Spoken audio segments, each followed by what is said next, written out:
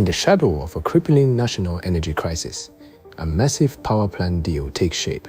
A high-flying executive and former refinery boss steps into the center of a multi-million-dollar conspiracy. The stakes were astronomical. Millions of dollars earmarked for public infrastructure hung in the balance. Behind closed boardroom doors, traditional oversight mechanisms were systematically bypassed. Contracts were drafted to benefit private accounts rather than the starving public power grid. Bribes flowed through complex shell companies, disguised as legitimate consultancy fees.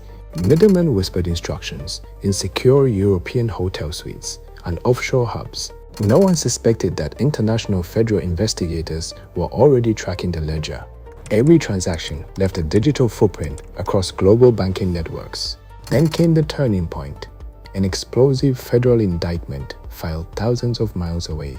The US Department of Justice brought cross-border corruption into sharp global focus. Prosecutors unsealed documents revealing meetings, text messages, and coded wire instructions.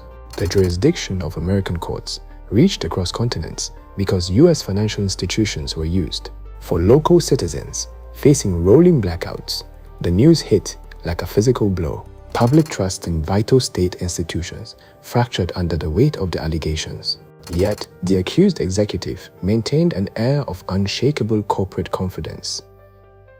Legal teams mobilized on both sides of the Atlantic to prepare for an unprecedented courtroom battle. Investigators warned that this case was merely the tip of a much larger iceberg. The fallout threatened to reshape how multinational energy contracts are scrutinized worldwide.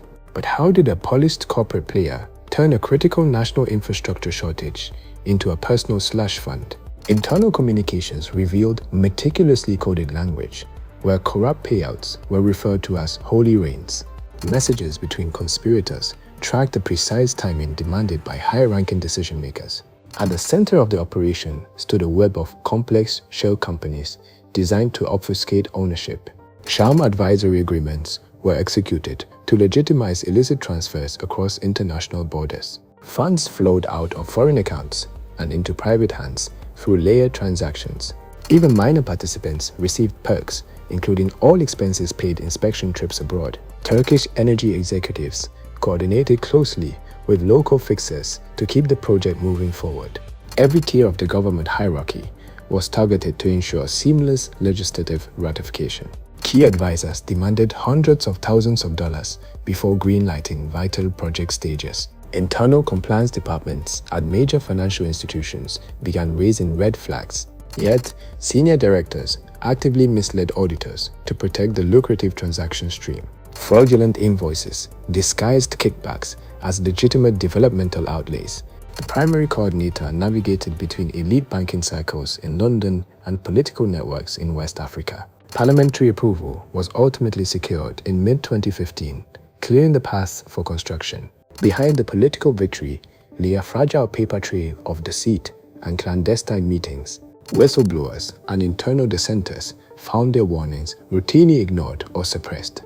Global banking compliance networks, however, operate on longer memories than corporate actors prefer. Auditors started cross-referencing offshore entity registrations with individual executive disclosures. The architecture of the conspiracy proved vulnerable to modern investigative tools. As internal warnings were systematically ignored, the web of secrecy began to face an inevitable ticking clock. Global energy markets reacted instantly as trading desks priced in increased regulatory compliance risks. Multinational corporations scrambled to audit existing consulting agreements across developing markets. Energy ministers across West Africa initiated comprehensive internal reviews of all pending infrastructure contracts. Legal scholars highlighted how American prosecutors leveraged extraterritorial jurisdiction with unprecedented precision. Whistleblower protection groups advocated for strengthened domestic reporting frameworks to catch fraud earlier. Investors demanded greater transparency regarding project financing and political risk assessments. State utility providers worked overtime to stabilize local power grids while managing the fallout. Public opinion polls in Accra reflected deep frustration over the diversion of essential development funds.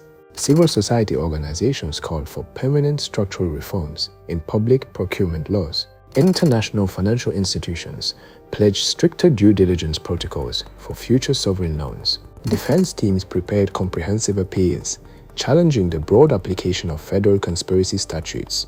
Legal experts noted that the case sets a formidable precedent for future cross-border corruption trials.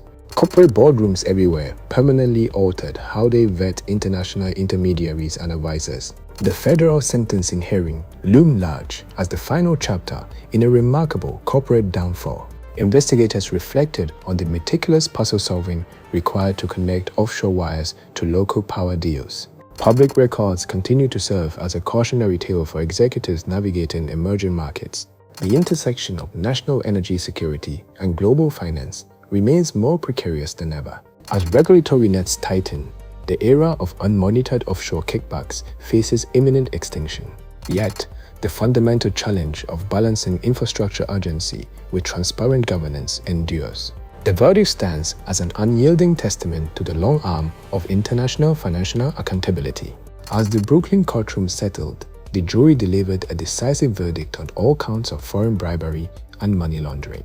Remanded into custody immediately, the former high-flying executive faced up to 30 years behind bars. Prosecutors emphasized that no corporate title or cross-border shield places anyone above federal law. Meanwhile, back in West Africa, anti-corruption authorities intensified efforts to target local unindicted beneficiaries. Mutual legal assistance frameworks proved crucial in unearthing evidentiary trails previously kept hidden. Domestic legal teams in Accra engaged foreign counterparts to pursue domestic political cronies implicated in the trial. The case stands as a powerful cautionary tale regarding the vast extraterritorial reach of the Foreign Corrupt Practices Act. Wall Street institutions and multinational firms continue to reevaluate the true cost of white-collar crime. When transparency is compromised for private enrichment, global financial networks inevitably extract a heavy toll. The verdict closes a monumental chapter, cementing a new era of uncompromising international accountability.